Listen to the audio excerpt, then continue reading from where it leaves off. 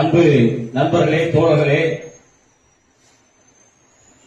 வருகிற 17ஆம் தேதி புதன்கிழமை நெல்லை மாவட்ட ஆட்சியர் அலுவலகத்தை புரட்சி பாரத கட்சி, மனிதநேய மக்கள் முன்னேற்ற கழகம் மற்றும் பல்வேறு சமூக அமைப்புகளோடு முற்றுகையிட்டு போராட்டம் நடத்துகிறோம். எதற்காக இந்த போராட்டம் என்று சொன்னால், நெல்லை மாவட்டத்துடைய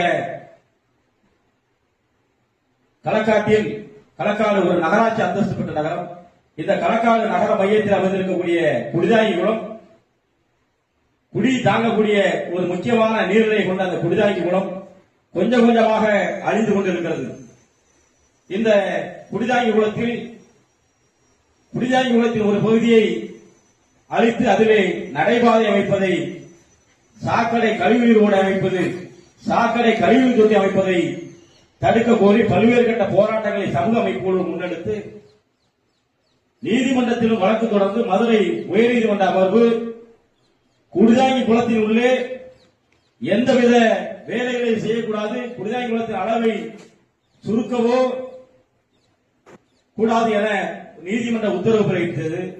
அந்த உத்தரவினை மீறி களக்காடு நகராட்சி நிர்வாகம் அந்த குளத்திலே உள்ளாத ஒரு கரையை உருவாக்கி ஒரு நடைபாதை அமைக்க முயற்சி வேலைகளை செய்து கொண்டிருக்கிறது. கழிவுநீர் தொட்டி அமைக்க முயற்சி செய்து கொண்டிருக்கிறது. இதனை தடுக்க வலியுறுத்திதான் இந்த போராட்டத்தை முன்னெடுக்கிறோம்.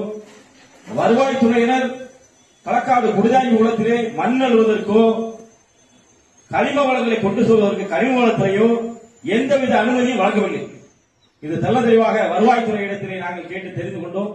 இப்படி இருக்க சூழலில் மாவட்ட ஆட்சியரிடம் கூட ஒப்புதல் பெறாமல், எந்த துறையிலும் அனுமதி வாங்காமல் கழிவுநீர் தொட்டி ஓடைகளை உப்பாற்றிலே ஆற்றிலே அமைப்பது, குடிதாங்கி குளம், மானிய குளத்தை அழிக்கின்ற வேலையை இந்த நகராட்சி நிர்வாகம் செய்து கொண்டிருக்கிறது. எனவே இதனை கண்டித்துதான் இந்த போராட்டம் நடைபெற இருக்கிறது.